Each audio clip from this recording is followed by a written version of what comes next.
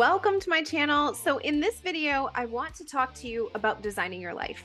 Why am I going to talk to you about designing your life versus designing your business? Because I believe that if you don't understand what you're looking for in terms of what you want to do in your life, how you want your day-to-day regular routine to look, you're not going to know how to design a business that is going to ultimately allow you to live the life that you love. And if you don't live the life that you love, you're never going to fall in love with your business. You're going to make tons of sloppy mistakes that will set your business back. You're going to be making a bunch of rookie mistakes because you're not passionate about what you're doing. And so if you already have a love for life because you love the life that you've designed for yourself, you're going to naturally incorporate those lessons and that passion into building your business. So, I talked about this. I mentioned this in a previous video that I did, where why is there like a million different takes on how to start a business, how to be successful in business? It's because each one of those people who started a business had a different life plan. They all had a different idea about what it would be to be successful in business for them. They had different lifestyles. They had different family dynamics. Everybody had a different life. And they used that position that they already had of, this is what I want to do, this is what I love to do, this is what I can do, right? This is the time freedom that I have, this is the responsibility level that I have in life, and this is the type of business that I can build because of that. So everybody's life influenced the way that they built and designed their businesses. And that's really important because if you want to know what business advice to take, you need to understand what that person's life was looking like before when they started the business, when they first started, and also what their responsibility level was already. You know, were they single? Were they married? Did they have children? Were they taking care of their parents? Did they have other obligations that they had to fulfill in the meantime? You know, what was their setup in life in general before they started that business? If you don't understand that, you're not going to understand whose advice to take and why it works so well for them. So number one, keep that in mind. When you're that works for when you're looking for a mentor. When you're wondering, like, what do I want? You know, you understand what your life looks like right now. You understand, you know, if you're married, if you have children, if you need to make a certain amount of money to pay your bills every month, you know, from your 9 to 5 or whatever your situation is, you know all of those things. How do you increase what you already have? How do you love what you already have? How do you make what you already have work for you so that you understand where a business fits in and what type of business you should be going into, at least initially, right? In order to start giving you the life, adding to the life that you love. So first of all, start where you are, right? You need to know what design problem you are trying to solve. Do you not like how you are spending your time the majority of your week because you are in a job you hate? Because if you don't understand, like, hey, it's not it, you might be saying it's the money, right? I don't like that I don't make X amount of dollars and I want to make X amount of dollars.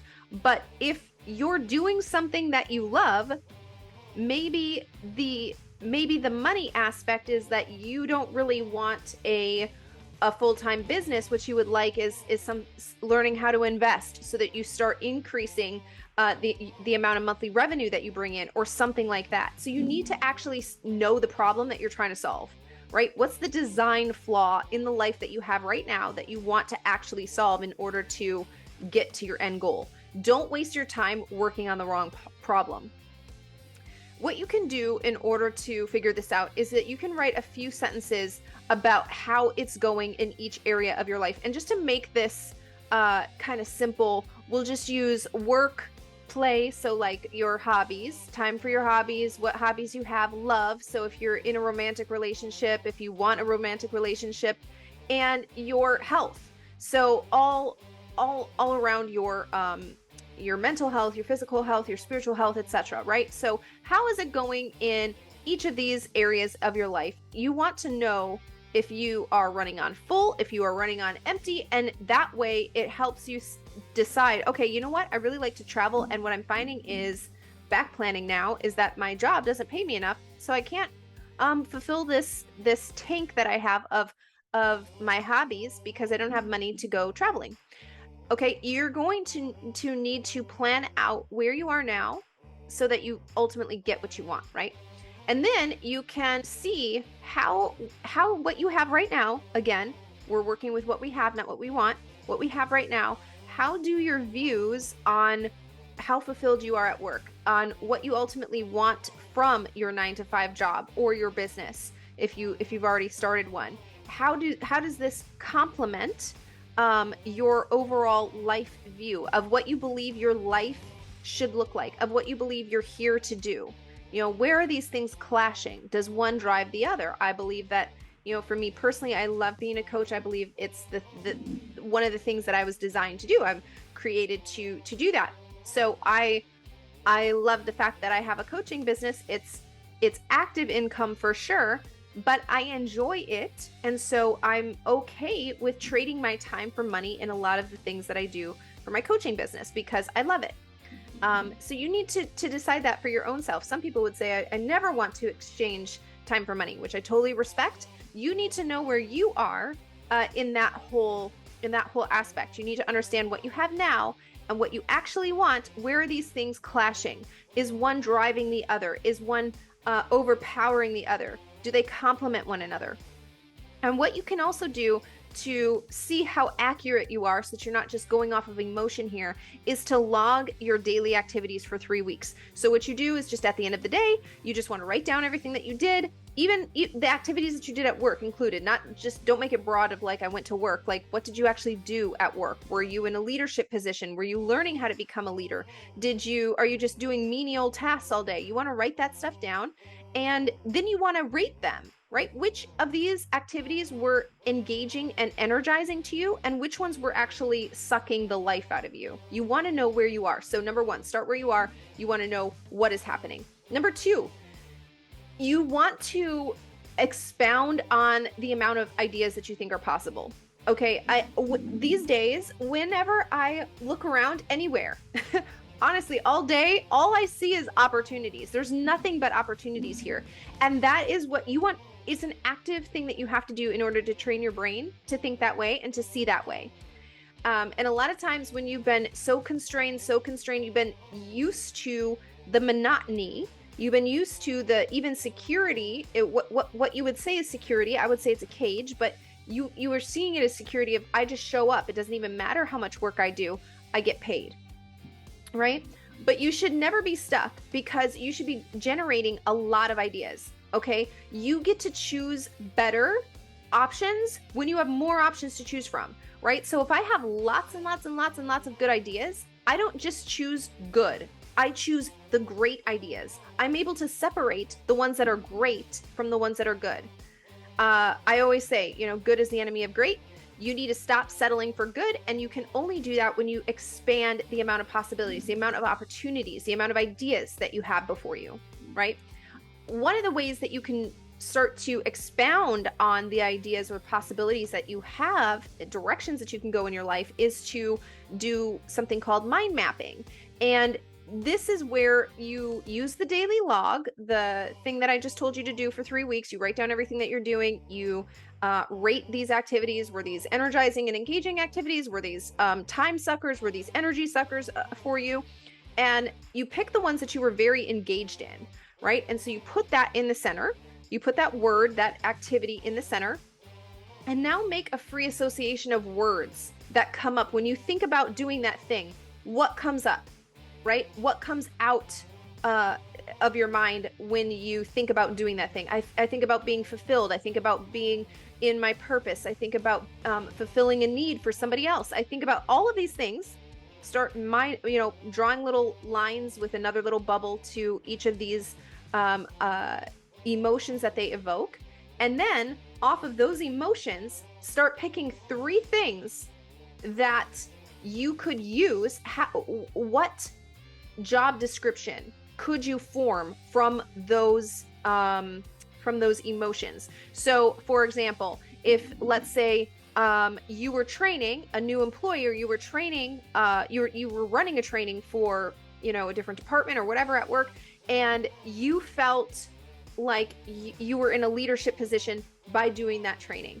Okay, so maybe for you that evoked the emotion of importance, of a necessary person, right? You were an essential part of that activity, that learning process that you were taking everybody through. Okay, great. So you have let's say, just say like feeling needed, feeling essential, feeling wanted, feeling that you were contributing in some way. Now from there, write 3 job descriptions that you could write using that emotion, right? So that essential feeling of being needed, right? You add value to your team. You expand the knowledge, breadth, and depth that that company, that department, that person had before. So you want to pick 3 things that you can write a job description from each of those emotions that come up. And then from there, you can create alternative 5-year plans. You can mix and match. What I encourage you to do is to have multiple categories, right? So you can have a category for family, you can have a category for money, you can have a category for hobbies or travel or whatever. You can have a category for where you want to live and potential home bases, right? And then you can use you can have another one for like investing in passive income if you want. So basically what you're trying to do here is pick as many, identify as many opportunities from each of those job descriptions. Again, we're not picking a job, we're not designing a business, we're listing out all the possibilities. So now look about, for example, in the family category, maybe you want to stay single forever. Maybe you want to find a life partner. Maybe you want to have kids. Maybe you want to, whatever it is that you want to do, you want to fill in that category of potential options for you and a family, right? Maybe you want to be a single parent, you want to adopt, you want to, whatever. You want to list out all the possibilities for your family. You want to list out all the possibilities of money, of revenue, right? Of ways that you can increase resources. And then from there, you want to identify the thing from each of these categories that you like the best, right? And then if that thing were suddenly gone, how would that make you feel? How essential is that thing, right? It's not just that I like it the best. I'm trying to identify which one of these things am I truly aligned with, not just I'm doing it because everybody else is doing it, or I think I'll be fulfilled. If that thing was gone, how would you feel, right? And what would you be doing, or what would you be choosing out of each of these categories if money or image was not a factor to you? So in other words, if you didn't care what other people thought, if you didn't care about what other people were saying about you, and money wasn't an object for you, which of those things out of each of those categories would you be choosing, right? And so from there, you can rank each plan that you have, right? So maybe you label each one. This is my number 1 choice. This is my number 2 choice, number 3 choice, so on and so forth. And you can, and you should do this for your resources, how much you enjoy it, right? The ability of that this gives you in terms of time freedom, so that how much would you love that life? Your confidence, your coherence in what you are doing, in actually putting yourself in that position. If this was really how I was living, how would I feel? Would that be coherent with my values? Would that be coherent with my actual life goals? Or do I just really need a vacation, right? Lots of people think, I want to quit my job and I want to move and be on the beach all day. You will love that for like 2 months. Okay. And I mean, that was my experience. I did this once, actually. I moved down to Dominican Republic for several months and just hung out down there while I was writing my master's thesis. And it's fun. It's awesome. At some point for me, it was just like, I need to go back to real life. I like, I like real life. So I needed a vacation. I'm glad I did that. And I'm glad I took the time to do all of the activities and be down there for such an extended period of time and so forth. But I needed a vacation. I didn't want it as a lifestyle. So you need to really think about this stuff, right? Really start identifying, am I just burnt out on doing the same thing over and over and I need a change in scenery for 2 months? You can plan that, right? Versus I'm gonna totally blow up my whole life. I'm gonna sell everything. I'm gonna do all this stuff. And then you find out, hey, I actually don't want that. What I really needed was a vacation. You need to know that beforehand. And it's easy to do when you do these mapping processes that I'm telling you about in this video. Number 3, to designing a life that you love, you need to try things out. Okay. You need to try them. So before you make final decisions, give yourself permission to, before I buy clothes, I try them on because I want to see, do I like how it feels, this material? Do I like how it fits on my body? Do I think I can take it to a tailor? Is there a way I can improve it? Whatever. I'll think about those things before I make the final decision of buying the thing. You should do that for things in your life before making a final decision as well. You want to think about the way that you are designing your life and ask good questions. You need to find out if you have hidden biases and assumptions about something, like I was saying about the beach life. Oh, it looks amazing. It's all carefree, stress-free. But some of us aren't wired to be stress-free, right? Well, some of us are wired to like do stuff and get things done. You need to know that. You need to know that, hey, I have a bias right now towards wanting no responsibility and no stress because I'm too stressed out and I just need a vacation versus you know what? I'm actually wired that way. I'm wired to do nothing all day and I'm okay with that, right? You need to think through these things.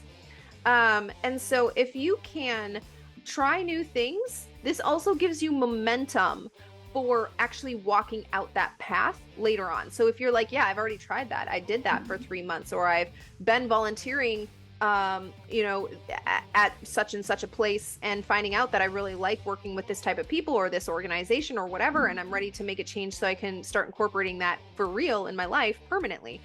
Whatever it is for you, getting momentum behind that is really important. Okay, so understanding that you should try these different paths that you've just laid out from point number 2.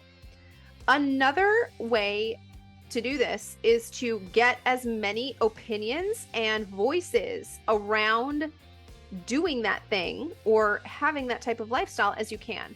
And this is why it's so important to have mentors. It's so important to connect with somebody, like I was mentioning in the beginning, of finding somebody that you identify with, right? Hey, you seem like you're coming from a similar place that I'm in now. It seems like 10 years ago, 5 years ago, whatever, you were me now. And so I want to talk to you. I want to find out how is this lifestyle? How is this journey that you embarked on?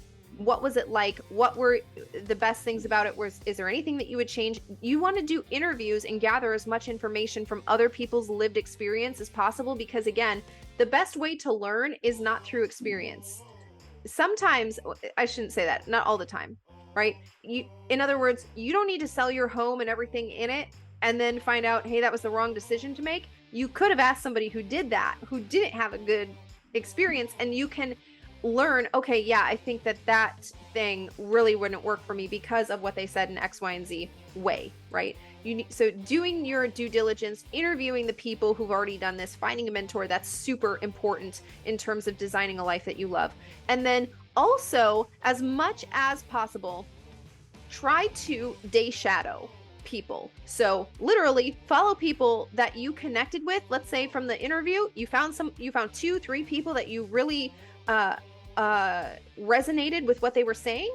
You want to see if you can just follow them around for a day or for a week and offer to help them in some way, offer to jump in certain projects, brainstorm some possibilities with them about what that would look like, so that you can actually, more or less live the life that they are living, so that you understand the amount of effort and work that goes into maintaining that type of lifestyle. That's something that, it can look a certain way on the outside, but when you're the one actually doing the work on the inside, it's often a much different experience, right? And so you want to actually shadow and walk in their shoes as closely as possible for a day or for a week, so that you can understand, okay, I like this part of that lifestyle, I don't like this. And then look at the trade-off of what you would be giving up if you don't have that aspect that you don't like. What would that mean? What would you be giving up instead, right? And then number 4, you want to make the best choice that you can. There's no right choice. There's only good choosing, right? So in other words, what's right for you right now may not be right for you in a year or 5 years or 10 years from now. And that's okay. It's understanding that, like design for clothes, right? Back in the 70s, people were wearing crazy clothes. And it's like, I understand that that's a period in time. I'm going to embrace it. I'm going to enjoy it while I'm in it, but I'm also open to changing my preferences. I'm open to allowing myself to evolve and therefore my lifestyle to evolve later on. So once you have made a decision, you don't want to agonize over that decision. You don't want to dream about what could have been, should have been, whatever. Let go and move on, right? So you need to make a decision and then remember that your other imagined choices don't actually exist. They're not actionable anymore, right? Going back and saying, oh, I wish I could have, would have, should have, doesn't actually do anything because you can't go, but those are no longer choices. So if you want a different choice, then you need to understand, hey, I'm okay with becoming more myself, which is step number 5, which is that, you know what? I aligned with this lifestyle for a little while, but that was because I was working out, this part of my identity or this part of my values or whatever, right? Life is a process. It's not an outcome. And so becoming more yourself and living a coherent life in where you are feeling seen and heard yourself first, where you are doing what you believe, you are doing what you're capable and skilled to do, and you are in alignment with what you were created to do, is ultimately you're moving more and more. It's not a finish line. You're moving more and more and more into becoming, if you will, right? So you never finish designing your life. Life is supposed to be a joyous and never-ending design project. And so you need to understand that when you are building your way forward, I'm always going to be building my way forward. And then I just want to give you a few quick tips on maintaining this, because I know that this can seem overwhelming and it can seem like this would just be exhausting all of the time. And that is only true for people who are not used to analyzing and asking themselves, is this really what I want, right? Once you start shifting into that type of thinking, that type of mentality where you're constantly checking in with yourself and you're seeing, is this really in line with who I am and what I want out of life? It becomes a lot more free flowing, and it becomes like second nature. You don't even think about it anymore. It's just really easy to recognize when you're out of touch with yourself. So first of all, be curious. Never lose that curiosity. If there's something that is interesting to you, go pursue it. And I believe that there is something interesting in everything, about everything. And when you can learn how to give yourself permission to explore lots of different things about life, lots of different areas, it's easy for you to say, like, this is true passion, or I'm being driven into doing that thing, right? Like, I have to show up to my 9 to 5. But that's not true. There's a lot of other possibilities for you to make money, to produce a life that you love. It's just that you haven't walked those paths. You haven't explored. You haven't allowed your mind to explore. A lot of times fear can be keeping us back from even exploring or considering other options. And so when you're curious and when you just engage your curious nature, the innate desire to learn more about stuff that can free up and free you from the fear of, like, I can consider a concept, I can consider an idea, I can consider a lifestyle without having to go all in and say, okay, now that's the way I have to live, right? Also, be biased to action. So try stuff, try new things, just go do it. Just try new activities, do it once. It's, within reason here, but the more experiences that you have, the more you're showing yourself how capable you are. Less experiences, less concrete memories for you to look back on and say, I know I can do it because I've done it before. I've done new things before. I'm very adventurous. And there's less recall ability for you to look back on and say, I've tried that and I was successful at it, or I didn't like it, but at least I tried it and I have this memory, I have this experience. So be biased towards taking action and stuff. Reframe problems is a third tip in order to continuously do this, because when you change your perspective, you can often, what was a problem is now an opportunity, right? What was an obstacle is now something that has a great benefit and potential to you. And great, successful people are constantly looking at this. Hey, I'm facing a problem. I wonder how many other people are facing this problem. I wonder if there's a market for this problem. I wonder if I find a solution that is replicatable for other people, if people would be willing to pay me for this solution to this problem. All problems are opportunities. And so when you can start engaging, again, that curious nature about what can I do about this problem that I'm sure I'm not the only one facing, and turning it into a way forward, that's where you're going to not only open up more ideas, more opportunities to yourself and potential ways forward, but you're also going to stop being in this negative feedback cycle where everything's a problem and everything's terrible and everything's the worst. You get another perspective, allows you another opportunity where things have a lot of potential to get turned around in a short amount of time if somebody's willing to take action. The fourth tip here is to know that it's a process. Don't get frustrated, don't get lost, don't give up. It's not I need to figure this out problem. This is your life. This is an experience. What kind of lifestyle you want is huge when it comes to starting a business. And if you don't understand what type of lifestyle you want, you will get into the wrong business, and then you'll be frustrated that you have a business and you'll be idolizing that 9-to-5 job that you left in order to start this business. It's this whole thing because you just didn't design the foundation of your life correctly before you went into business. This is why understanding the type of lifestyle you want has to be key before starting a business. And then finally is asking for help. People who are successful take feedback easily. They want community. They find mentors. They ask for other people's opinions. They don't think that they have to figure it out themselves. They are not trying to constantly redesign a wheel. They are taking out all of the other things that people have already done, already built, and they are building their own rendition of that thing, of using those things for their benefit in their life. They're not constantly trying to start from scratch. That's a good way to be a time waster, to have time suck, energy suck happening out of your life. And so if you can find a great mentor, if you can get around a great community, that will not only not do those things, it will actually add value, it will add ideas, it will add energy into your life design process. So that is what I have for you today. I hope this video was helpful to you. And if you want to know the difference between worth and value, I want you to check out this video next so that you understand what you are bringing to the table as an entrepreneur.